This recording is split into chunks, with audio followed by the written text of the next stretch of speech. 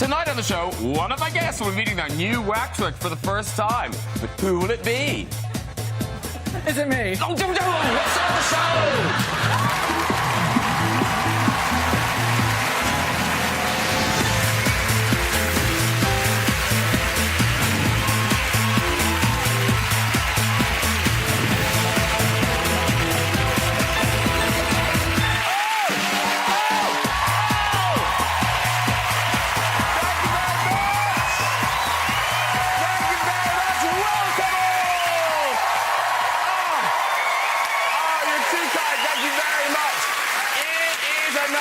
Sofa tonight, Britain's most famous detective, Sherlock star Benedict Cumberbatch on our show. The funniest woman in Britain, Miranda Hart, is here. One of my favourite actors, Timothy Spall, is joining us. Plus, we have music from the fantastic Maroon 5. I know. Maroon 5. They're cool. They're hella cool. Yeah. Now, I can't wait to show Benedict his waxwork. It was good, wasn't it? That was good. It does. It looks really like him. It's going to be in Madame Tussauds. In fact, they're going to have to move my waxwork to make room. I wonder where they'll put it.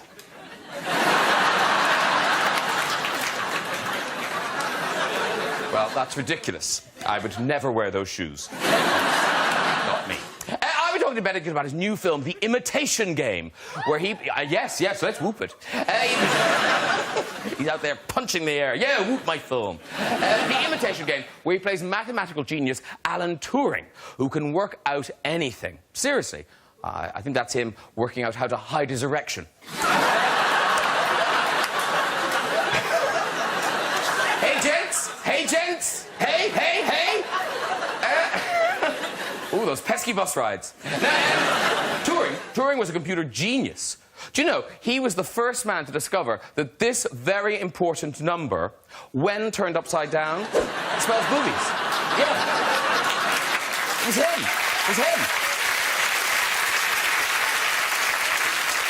And great to have Timothy Spall on the show. Yeah, his new film is Mr. Turner. Mr. Turner. Now, that's Turner working on one of his famous paintings. Look at that intense concentration. And here's the final effort. Nailed it! I must say, though, I first loved Timothy in Auf Wiedersehen, Pet. Hilarious show all about builders. I used to watch it for the crack. I did. Let's get some guests on! Later with the music from Maroon 5! The first is celebrating Timothy Spall! Hello, sir! So dapper. There you are. Thank you. Come in, have a seat, have a seat, have a seat. She's coming to us, Miranda Hart! Oh!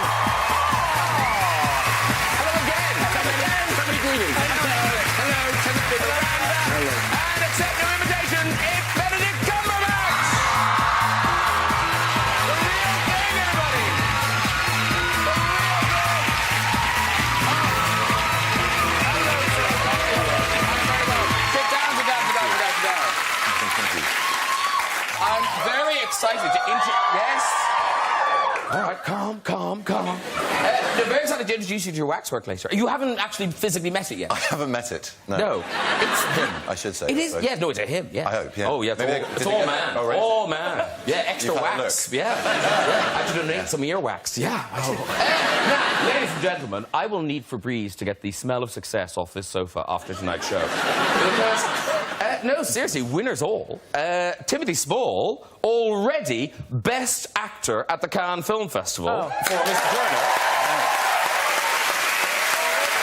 Already, I know. Already? How did that happen? Already? No, seriously, you are terrific, Mr. Turner. And it was so sweet. I don't know if you saw any footage of this bit, but you blubbed throughout. I did, yeah. Yeah, which is adorable. Yeah, I was really drunk.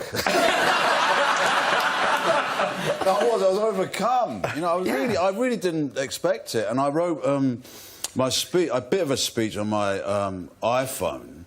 And when I got it out, it said low battery. I said, oh, shit, I better get on with this. And it went off. The make up, so I spoke for hours. Thanked everybody, you know, even the hamsters that I didn't get for Christmas, I would say. And Miranda, Hart, oh, well, see ya. You're all Hollywood now, aren't you? You're in a Hollywood movie, an actual Hollywood movie. I did my first film this year. Yes. Very exciting. Yeah. But these guys are all I'm still keeping it real on the coalface television. I'm all about the TV Choice Awards. I'm running for the third next year.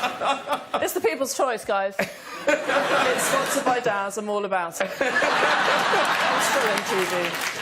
Now, Benedict, you haven't won an Oscar yet, but last year you were part of the Oscar-winning film. Yeah, I was, 12 Years a Slave. which was an amazing honour. I mean, that night is so extraordinary in itself, but to sort of crown it all with that was very special. And for such an extraordinary film, it was amazing. And great to kind of get up on stage at the yes, end. Yeah, absolutely. Yeah. I mean, it's so... Me too, I'm in it! Exactly.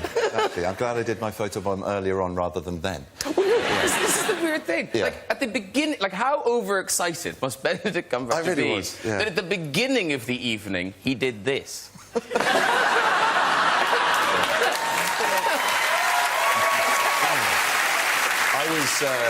I was very overexcited because that's a very high jump. I thought you were standing on something, but that's a jump. Several publicists, yeah. Like a running human leapfrog at it. No, it was... Well, Ellen, who was hosting, Ellen DeGeneres, I thought did a fantastic job. No, she did. She started it by oiling everyone on the red carpet with vodka. So her show was handing out, whilst they were interviewing us, these little miniatures of vodka. And it's a nerve-wracking event. It's the Oscars, for heaven's sake. So, yeah, I was emboldened by booze, a little bit like Timothy was in his acceptance. Did they know you were doing a Kenneth Williams impersonation? Yeah,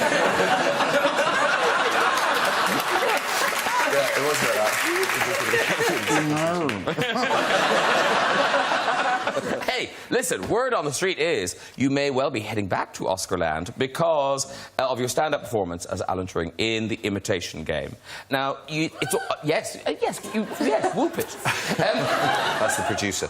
Yeah. No, listen, it's all about Alan Turing. You don't know he's the guy who broke the German Enigma code and helped the Allies to victory. I think he's a national icon and a hero. I think he should be on the back of banknotes. He should be on school textbooks, you know, science books as well as history books. An extraordinary man. And this extraordinary group of people that Alan's in charge of, they solved this unsolvable riddle puzzle, this codification of all the messages that went between German High Command and the troops or the army or the navy or the Air Force, you know, were codified, obviously. And anyone could pick them up, anyone could hear them on a radio, but couldn't translate what they meant. And these people, there were scientists, there were mathematicians, there were physicists, the kind of brains you think would be able to think laterally and scientifically about the problem, but also artists and musicians and actors. So it was a wide, huge net of brainiacs, of these extraordinary minds thinking laterally to solve this problem. And so it focuses a lot on that, and then either side you learn about Alan's story, which is... Yes, the top and the tail, the beginning and the end, they're not happy times. No, I mean, after this incredible success in the war. Well, he was appallingly served by our government, our culture, our nation at the time. He was prosecuted in the 50s for being homosexual and given the choice between state sanctions, castration through estrogen injections, or 2 years imprisonment. And he chose the castration because he wanted to carry on his work. But, you know, the way you learn about him, the way the film explores him, it's very funny.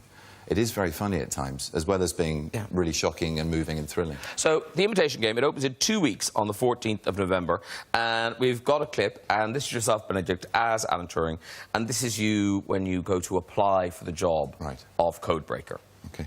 You're trying to break the German Enigma machine. What makes you think that?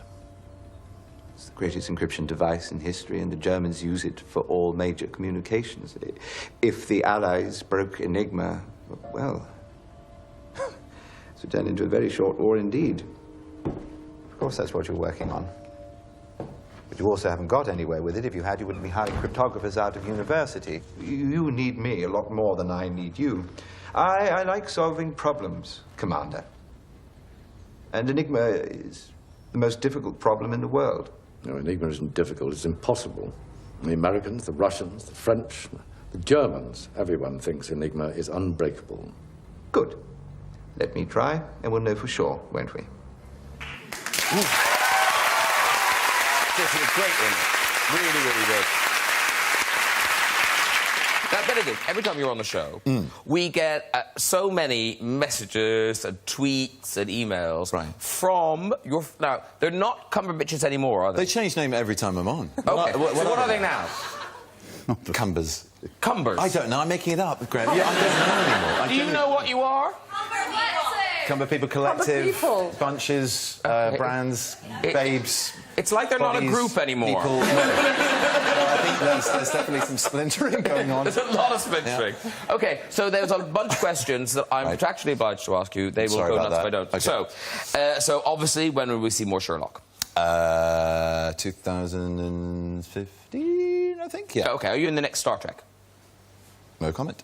OK. Are you in news? What a cheese! Wow. Are you in the new Star Wars movie? No comment. No, of course I'm not. I heard a rumour you were seen around the set. I did go to set, which was fantastic. I mean, it was like walking through my childhood, and Harrison, whose place I'm honoured enough to be in on the sofa, it was... yeah, he wasn't there. The point is, I walked to the Millennium Falcon, I sat down. I mean, it was incredible. It was would you not be a stormtrooper? I shouldn't be even saying this. I probably shouldn't be saying this on television. Well, no, it's a secret. Don't tell anyone. We know when that's in it because it fell on his foot. So that's right. Yeah, so that's right. Yeah. That's right. That's already been spoiled. Yeah. That's but fine. Did you not ask to be a stormtrooper or something? No comment. Are you a stormtrooper? Are you? Are you at the back of one of those people? Unbelievable. No comment. Get the back of the troops will just see something like that. Yeah. Is that him? Actually, last time, as you say, you were here with Harrison Ford before. You did an incredible Chewbacca, but I'm told you also do a Jar Jar Binks. Oh, no, it's a big sea monster. Terrible. You don't make much money out of doing a good Jar Jar, let me tell you that. The most loathed character of any franchise ever. Rightfully so, in my opinion. But, yeah. And Spall the Dragon is back. He is, yeah. Christmas. It's a finished business. And I read that as a voice, that there isn't... I mean, obviously, it's put through treatment and things, but actually, it sounds very like what you did. Oh, God. Do you want me to do that as well? If you can. So, Miranda. Oh, my God. Is your heart beating faster? Slower than before? Wow. That's on the wrong side from my mouth. I don't know whether it's aroused or terrifying. I think it just it's spat a lot at arousing her then. and terrifying in equal measure. I'm very confused right now. I'm confused. That. Were you aroused at that? My hand went towards the heart. Yeah, I know. Yeah. Not on television. Does that hurt? No, but I feel quite faint. So do I. Stop. Yeah. But explain this. work. Explain this, Benedict Yes. Cumberbatch. This is odd. Of all the questions we had, the one that came up most often was ask Benedict to say the word penguin. What is this about? Well, apparently I got it wrong repeatedly in the documentary. It wasn't a documentary about said animal. It was a documentary about, I think, about the South Pacific in general. And now I'm completely terrified of the word. I don't go near it. Well, no, because I know, here's the thing. I thought, I'm sure they're making it up, but we actually looked at this documentary. Oh, good. So the documentary is called... The documentary is called Strange Islands. The first one you sort of get away with, and then after that you lose all sense of what we're in. Let's have a look. Listen carefully. And the last thing you might expect to see here is penguins. These are Fiordland crested penguins, named after this corner of South New Zealand. So why are these woodlands so attractive to penguins? A freshwater stream through the forest makes a handy highway for a parent penguin heading home from a fishing trip. What is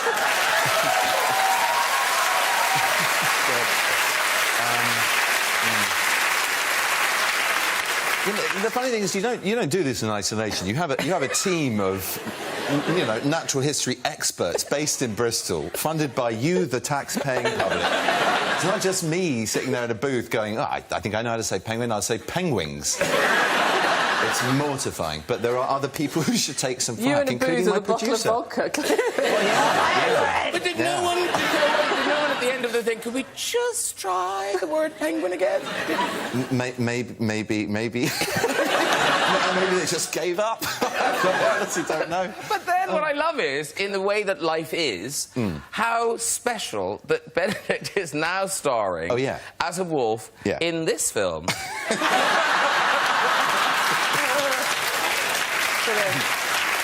So, can you say it now? Well, I've had a word with Disney. I need to check that I have said it correctly in the film. Penguin. No, penguin. Penguin! He's all over it. The sense of achievement. Ladies and gentlemen, Miranda Hart has a new book out. Yes, she does. Now, it is the best of Miranda, and it's a real treat for fans. It is the scripts of 6 episodes. Yes. But with kind of annotations and things that happened on set and things that happened before and stuff. And of the 18 episodes that you've wrote thus far, how did you pick these ones? I suppose that they are my favourites. That's Really? Yes, Oh, I think. the poor other episodes. The poor other... I mean, I wrote them. It's not like I'm dissing other writers. So, yeah, so the first one is in there, because it just... that felt right. Yeah. And then I suppose if I had to have a favourite, it would be the one I did a 3-hander with just me and my mother character and a therapist. And so that felt right for a script book, because it was a bit like a play. So that was my favourite. So, yeah, they're my 6 favourites. OK. And at Christmas, are we getting 2 or 3? We're getting 2, and it's going to be the finale of the whole thing. Well, now I've heard this. Yes. So, what, do you die at the end? By the way, I mean, is it one of those kind of darker episodes at Christmas? it's a bomb and we all die. Yeah. Wow, I did not see that coming. No, but it just sort of felt the right time for her to kind of come into her own. I want her to be happy and succeed and be herself. And once she's done that, then there isn't really a sitcom anymore. OK. Yeah. But it could come back, couldn't it? Well, no, I've sort of written the finale.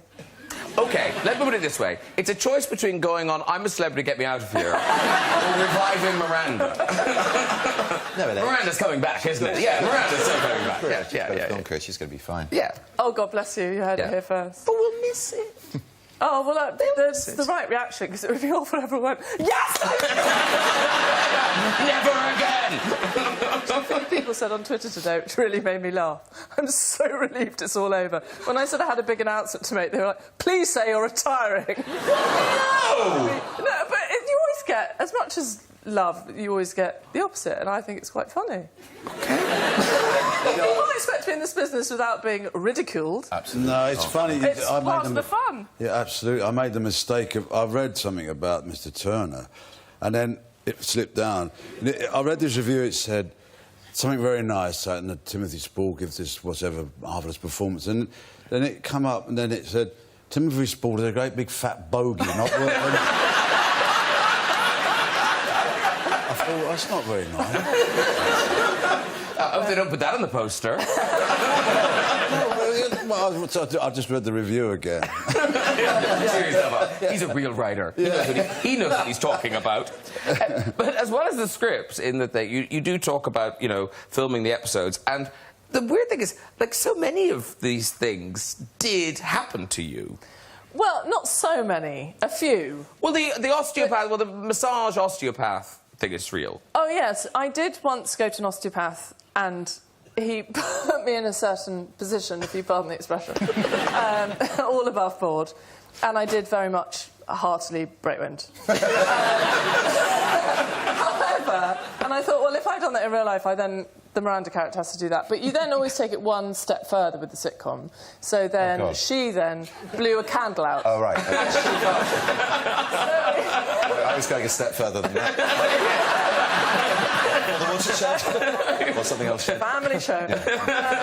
Yeah. So there are... Most things haven't happened to me, but there are the odd things like that. I get called Sir quite a lot. That happens. Oh? Yeah, it's fine. Don't picture me. It's fine. I just go, these are real. And we all have a lovely time. Well, it may be too late for the Christmas episode, maybe too late for the finale, but Timothy Spall has a very good plot twist. I don't think you've used it yet. Right. Because you sleepwalk, don't you? Not anymore, thank God. Well, how did you stop it? I just stopped. It seemed to coincide with the advent of CT televisions and record. I don't know. Fortunately, because I woke up nude in a corridor of a hotel. Okay. Not outside my room, but on another floor. And I had to go downstairs to the foyer that had a great big picture window, right? And I could see people going to work, coming back from work in cars. And I had to walk like this over to the desk. There was nobody there, and there was a domed bell on it. Now, how am I going to ring that bell without attracting attention to myself and attract attention to myself? And a man came out, and he said, "Good evening, sir. Can I help you?" I said, "I've locked myself out of my room." He said, "Come with me," and I had to follow him the walk of shame. The people looking in cars like this, funny little fat man behind us walking. And as I went, he showed me back into my room. He said, "Hey, well, so he said, will you be having a newspaper in the morning?" That's a good hotel. Yeah. Good hotel. That's why I go down to sleepwalking. Benedict, do you have anything to offer Miranda as plot lines, or have you been in a similar... I mean, my whole life is sort of stepping between trying to be gracious and embarrassing myself, it seems. I don't know. Yeah, well, I presented... last year I presented this thing called the Loris Awards, which is like the Oscars, but for sports. And, you know, I was meeting some icons of sport. Yeah. You know, Formula One racing car drivers, tennis players, and swimmers, including Missy Franklin, the amazing American female swimmer. And she, you know, Missy, she's what, 18? I mean, she's so young.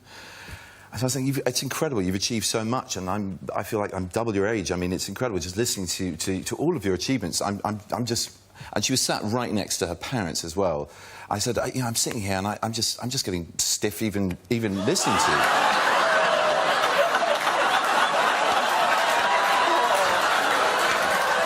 I didn't have that moment. I didn't have that pause. But I heard behind me. I heard a friend of mine, Julian, who was in the audience, laugh.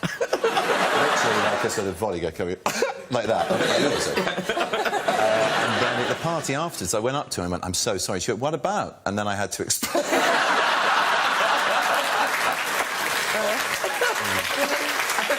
And it's one of those weird apologies where you have to go, "I wasn't stiff at all."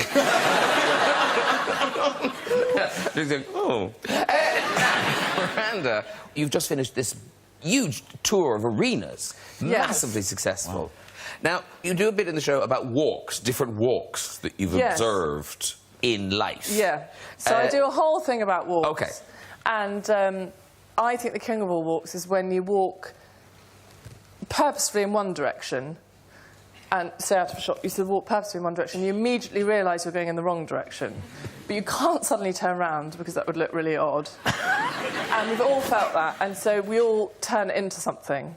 Like, do you want me to demonstrate? Please demonstrate, yes, we love it. On its feet, on its feet. Let's just get it on its feet. Here? Well, yes, along here. Along here. So you would walk purposely like that, realise you're going in the wrong direction, and then you have to look at your watch and go, all right, oh, it's 10 past 11, that's interesting, OK. Well, if it's 10 past 11, then yeah, if it's 10 past 11, I should probably... I'll go in that direction.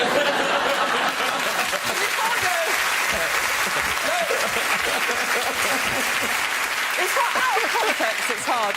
You have the best... But there are loads of walks. But you have the best walk of all in the show. You talk about the ultimate walk. Oh, the ultimate walk is the pop star walk.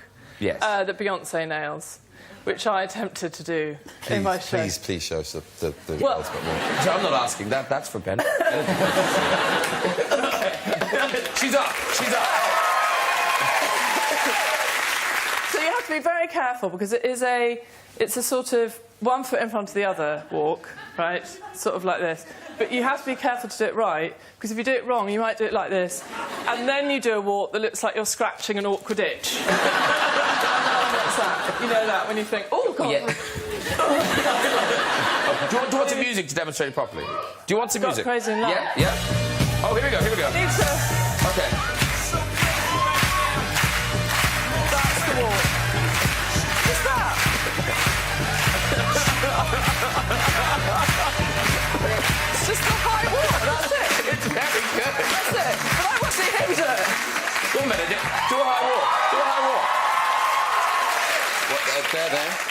Let's go. You have to do the attitude, Dan. Yeah, Five. Let's get the music going again. Yeah. Music going again. Here we go. High walk.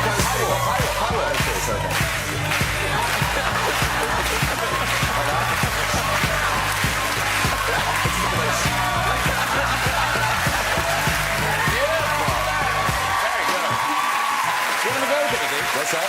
Do you want to have a go, Timothy? No. Timothy's watched the others, thought about it, and gone, no, I don't. That was a bit more scratching an awkward itch, I'm not going to lie to you. Was it really? It was a bit sort of cross between scratching an itch and John Cleese. Don't take relation. No. I thought it was very supermodel. You know, that kind of strange... Yeah. It got very street at the end. Very street at the end. Very street. Very street. Very street. Now listen, we are so lucky tonight to Timothy Spall, another person with the buzz of Oscar ringing in their ears, because, as you mentioned, the reviews of Mr. Turner are unbelievable, just fantastic across the board. Everyone loves this movie. It opens next Friday, Halloween, and it's the story of the English artist Turner, but it's what the last 25 years about? That's right. Yeah, the last 25 years of his life, and that was somewhat dictated by the fact that I'm the age I am, and to have started much earlier. I mean, you know. Skipping down country lanes, doing a Beyonce walk. So that's what the film is about, and that also happened to be when he, at the height of his success and fame, and when somebody offered to pay the equivalent of like £300 million for all of his work, he refused it. And he's painting at his most revolutionary, at his most decrepit, which is quite an interesting combination. And in this film, because I think normally in a biopic of be it an artist or a musician or whatever, there's that kind of slightly awkward cutaways to kind of hands, or playing a piano or doing the thing. But in this, you paint Turner paintings. Well, yeah, I spent. Mr. Lee asked me 2 years before we even started rehearsing the film to learn how to paint. So I did a 2-year course with a brilliant art teacher. He got me to a position where I did a copy of one of his masterpieces. But you did this. This is a picture of one you did. I mean, wow, that's incredible. Sure, that's not the original. No, actually, if you're going to pay one of the greatest artists the world has ever known, then the one thing you're going to have to look like is you're going to look like you'd be able to hold a brush and a palette. And Turner was more or less born with one in his hand, a bit uncomfortable for his mother, but he came out and he never stopped painting. All right, well, listen, we've got a clip. This is you as Mr. Turner, and this is at the Royal Academy, I think. So the Royal Academy varnishing days, which meant when painters could go in and finish their paintings.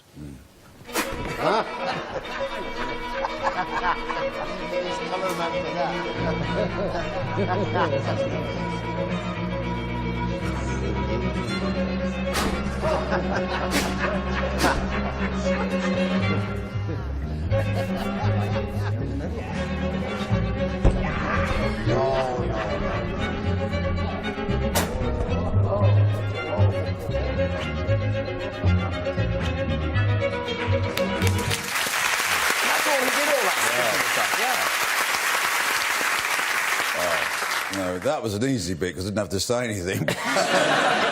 No, that was like having given it a right seeing to. That was that. When he painted, it was a very visceral, physical thing with him, you know. I mean, so that's what we think. No, we weren't there when he was doing it originally. He's an extraordinary actor, and that film, it's three masters in one. It's Turner, it's Mike Leigh, and it's him. I mean, nice. Oh, nice.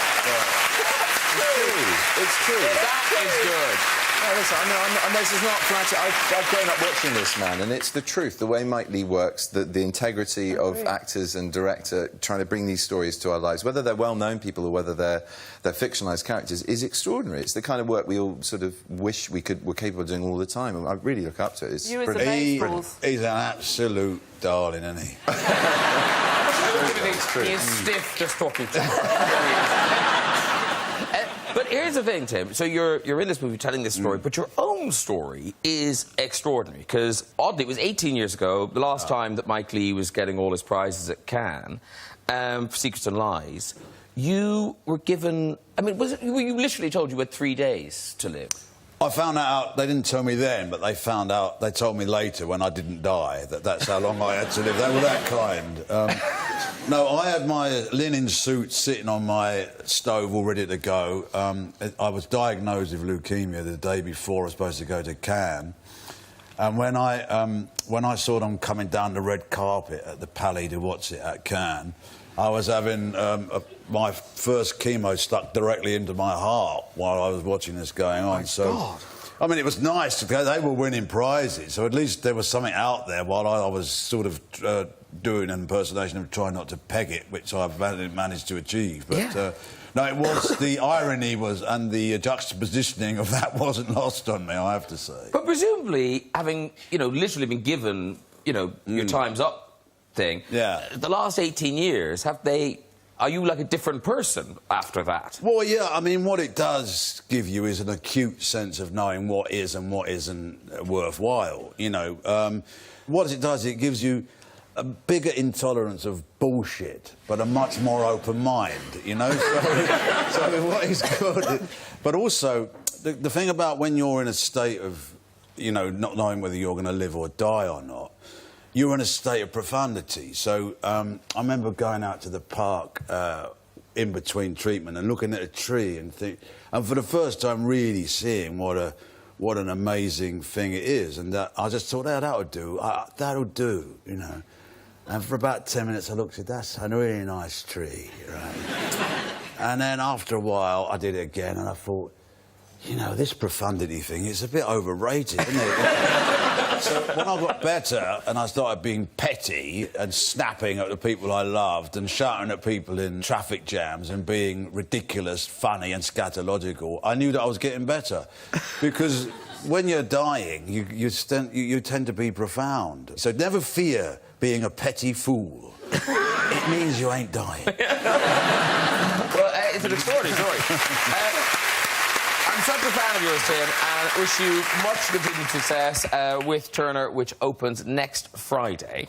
And now, talking of art, ladies and gentlemen, it is time for Benedict Cumberbatch to meet Benedict Cumberbatch. Now, this is Madame Tussauds, what are they called? A wax figure. They're not waxwork, they're wax figures. Oh, right. Yeah. Okay. And you haven't met it yet, no. Right? So, come with me. Come on. Come over here. All right. Everyone come over and have a look. Have a look. Have a look.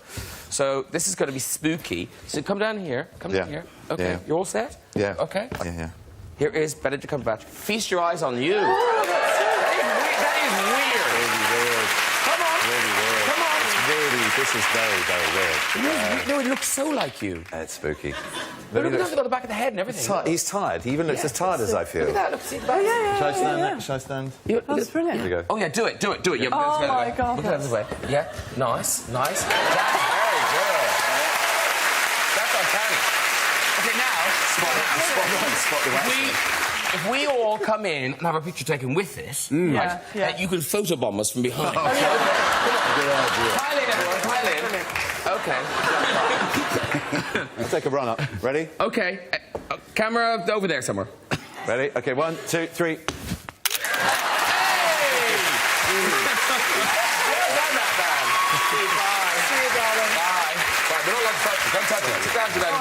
It looks much better than the one... I went to a waxworks once in Great Yarmouth, it's no longer there. And it had one of... it was supposed to be Michael Jackson, but it was about this big. And I think it used to be Sammy Davis Jr. Put a different wig on him and put his underpants on outside his truck. I said hi to that backstage. Did you? You got confused. And you thought he's so standoffish. Well, He's changed. I know. I don't know if to take that as a compliment or not. My makeup artist went, why is Benedict Cumberbatch just stare? What's he staring at? I'm not joking. Right, it's time for music. Before we hear this week's stories in the Big Red Chair, ladies and gentlemen, the song is Animals, the album is V, the band is Maroon 5.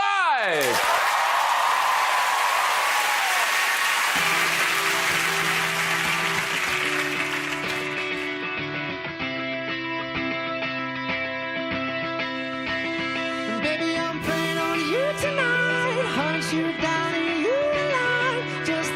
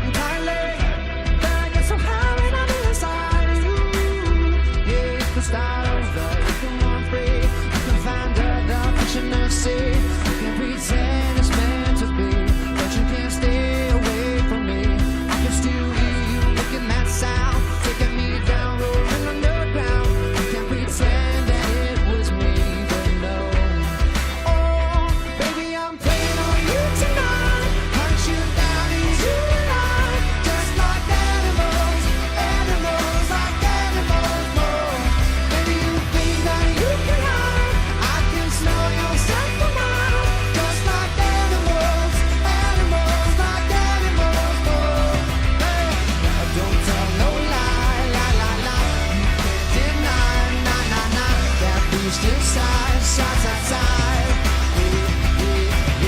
No, no lie, lie, lie, lie. You can't deny, nah, nah, nah, that beast inside. Yeah, yeah, yeah. Oh, whoa, whoa, whoa. And just like animals, animals like animals knows. Just like animals, animals like animals knows. Baby, I'm good to just like animals, animals like animals know. Baby, if that's you can run, you're some for one. Just like animals, animals, just like animals know. Don't tell no lie, lie, lie, lie. You can't deny, nah, nah, nah, that beast inside.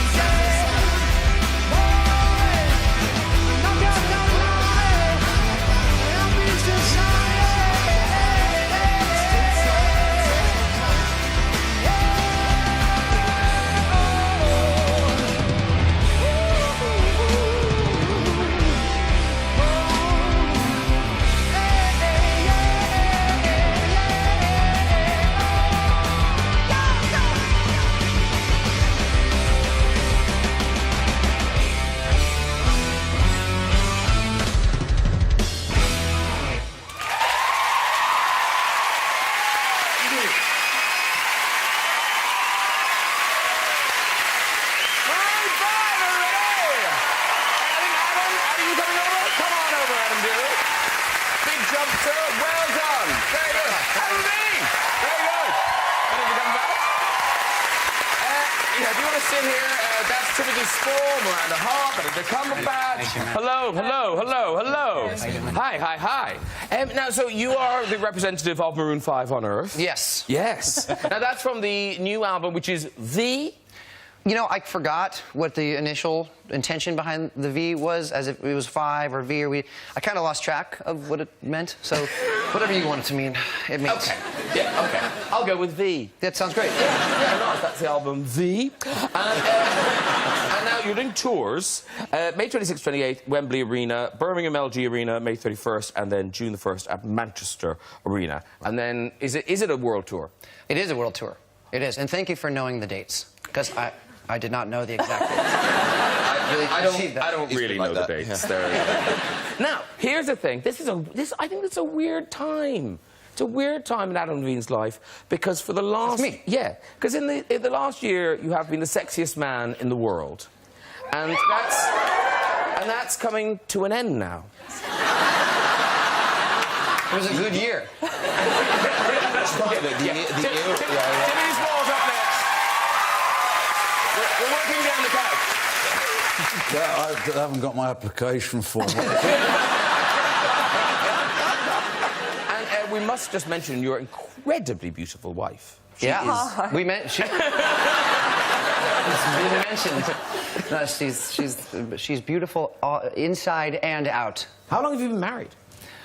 A few days, I think. A couple of months. A few months. It's been unbelievable. Yeah, don't just go with a few months. Be specific. Like, I think women like to know that you know how long you've been... 19th of July was... Very good. Well done.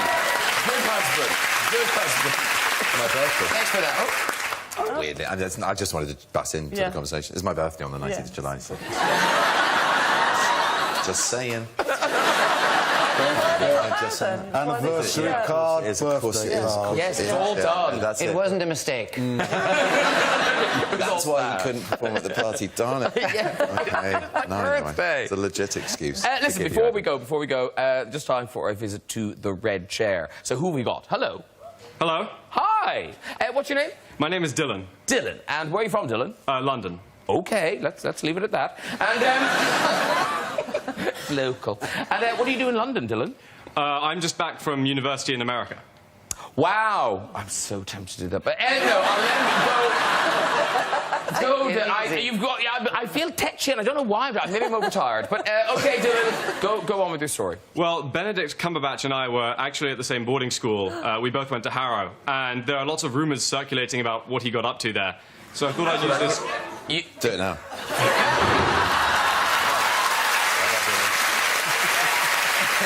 I've got your back. I've got your back. You didn't, I had it. Someone just sat in it now. They were just sitting down. The waxwork. All right, who's next? Who's next? Hi, Graham. Hello, how are you? I'm good. What's your name? Jessica. Jessica, lovely. And what do you do, Jessica? Oh, dear, they asked me this earlier. I'm a real estate sustainability consultant.